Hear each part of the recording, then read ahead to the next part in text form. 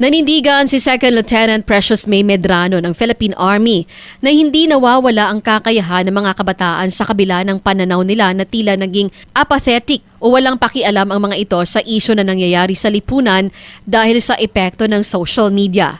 Sinabi nitong bagaman malaki ang nabago sa disiplina at pag-iisip ng mga kabataan sa paglipas ng panahon, nananatili pa rin ang lakas, talino at kakayahan ng mga kabataan upang harapin ang anumang sitwasyon na kinakaharap sa buhay. Paalala niya sa mga kabataan na huwag makalimot na lumingon sa pinanggalingan sapagkat yan ang magsisilbing pundasyon ng iyong hinaharap. First of all talaga dyan, sir, is to look back to where they came from, ano yung mga turo ng mga magulang nila, and always respect their parents, always look up to the Lord, and lagi nilang iisipin na they are not less of a person. They can do more at anything. So just push yourself, push to the limits ba, kumbaga, because you will regret the chances that you will not take in your life. Don't doubt yourself because yourself is your best companion. Pinakauna-una dapat na magkaroon kayo ng tiwala ay ang inyong mga sarili.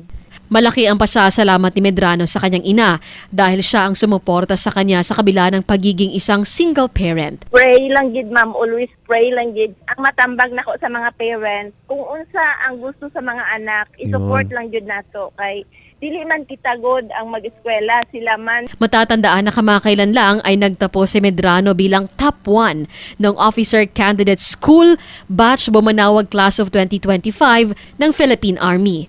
Inaasahang magsisilbi si Medrano bilang huwaran sa kabataang naghahanap ng direksyon at layunin sa gitna ng mabilis na pagbabago sa lipunan. Cherry May Tapia, NDBC Bida Balita.